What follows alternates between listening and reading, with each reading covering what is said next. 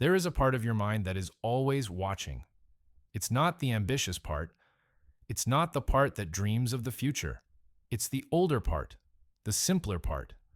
It measures every effort in calories spent. It sees every risk as a potential threat. Its primary goal is safety, and safety means staying where things are known, even if that place is uncomfortable. This is your monkey mind, and from its perspective, discipline isn't admirable. It's dangerous. We often talk about discipline as a battle, a war of willpower against laziness. But what if the most consistent people aren't fighting a war at all? What if they've simply built an environment where the battle never begins? This isn't a video about finding more motivation. This is a video about architecture. The architecture of a mind so at peace with its purpose that action becomes the default, not the debate. Let's start by retiring a broken tool, willpower. Willpower is a finite resource. It's the mental energy you use to argue with your monkey mind. We should work, but I'm tired. We need to focus, but it's hard. Every one of these negotiations is a drain. Every "I'll start in 5 minutes" is a surrender. Relying on willpower is like trying to build a house by holding up each brick, individually, forever. You will get tired. The monkey, wired for immediate comfort, will always outlast you. Your motivation is not your ally, it's your biggest enemy. Because it's unreliable. It's a feeling, and feelings change. Your monkey mind loves motivation because motivation always leaves. And when it goes, the monkey gets its way. So, how do you build something that lasts? You look to systems that were designed to outlast human emotion. For over 800 years, Zen monks have practiced something called gyoji, often translated as continuous observance. They didn't see the restless mind as an enemy to be defeated. They saw it as a natural force to be channeled. Like water, the mind will flow into the shape of whatever container you build for it. The monks built a container made of ritual, routine, and space. A temple for the mind. Your challenge is not to become a monk. Your challenge is to learn their architectural principles and build your own temple.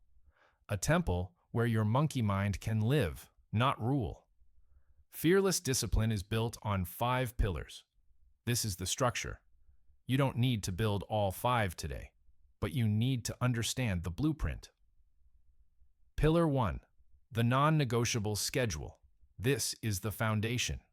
A non-negotiable schedule isn't about controlling every minute. It's about eliminating the most draining activity of your day. Mental negotiation. When you have a fixed time for an activity, you don't decide if you do it. You only decide how you do it. You remove the doorway where the monkey stands to argue. The bell rings and you move. Not because you feel like it, but because it's time. You are training action to be a reflex, not a choice. Start with one non-negotiable block. Protect it like a sacred appointment with your future self. Pillar 2, the pre-solution method. Your monkey mind is predictable. It will object at the same predictable points when you're tired, bored, or faced with something difficult. The pre-solution method means you write its script for it in advance. Before you sit down to work, you decide, if I feel the urge to check social media, then I will put my phone in another room. You are not waiting to resist temptation in the moment. You are designing the moment so the temptation cannot reach you. You become unbreakable by removing the points where you normally break. Pillar 3, the consistency compound. We chase novelty. Our monkey mind loves new things, but mastery and peace live in repetition. Doing the same core action at the same time in the same way seems boring. But to your nervous system, it is a deep sigh of relief. This repetition builds the consistency compound. Each identical action layers over the last, carving a neural pathway so deep that staying on the path eventually feels easier than leaving it. The friction disappears. You're not deciding to write. You're just a person for whom 9 a.m. is writing time. The groove is so deep, the wheel rolls on its own. Pillar 4. The identity link. To make quitting truly painful, you must attach your practice to who you are. Not to an outcome, but to an identity. You are not someone trying to get fit. You are a person who moves their body daily. You are not hoping to write a book. You are a writer. And what do writers do? They write.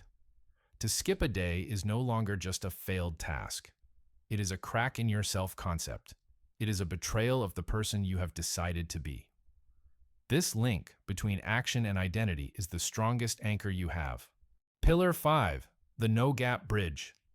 Procrastination doesn't appear during work. It appears in the gaps between work. The space after you finish one thing and before you start the next.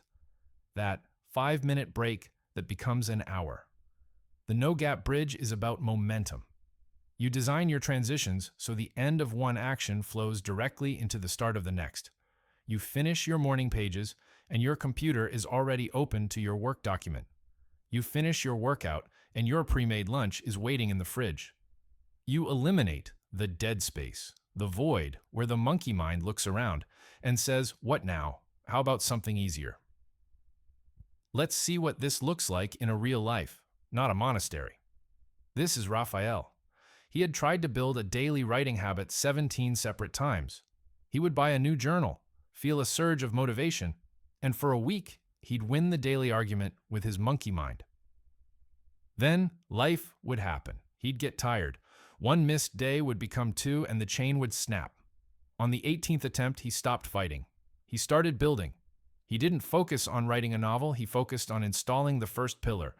He made 7 a.m. to 7:30 a.m. a non-negotiable writing block. No debate. Then he added a pre-solution.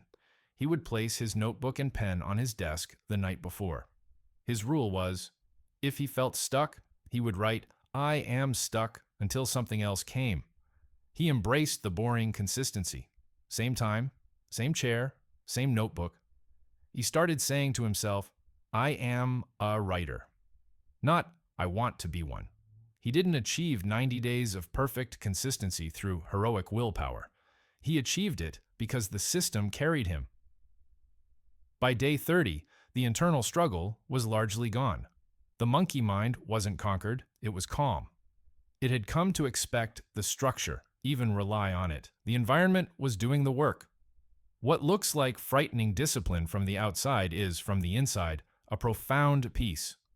It is the silence of a mind that is no longer at war with itself every single morning. Your monkey mind isn't lazy, it's scared. It's scared of uncertainty, of wasted energy, of the unknown territory on the other side of effort.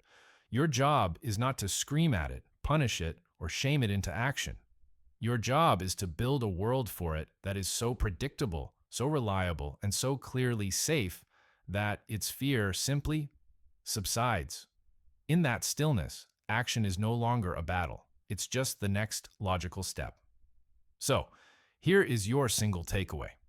The one mental shift to carry away from this video. Stop trying to discipline your mind. Start designing its world. Your call to action is not dramatic. It is architectural. This week, build just one pillar. Make one thing in your day truly non-negotiable. Or pre-solve one predictable point of failure. Or create one no-gap bridge between two tasks. You are not building a regime of punishment. You are building a temple of practice, a container strong enough to hold your ambitions and calm enough to quiet your fears. And inside that temple, even your restless monkey mind can finally find peace.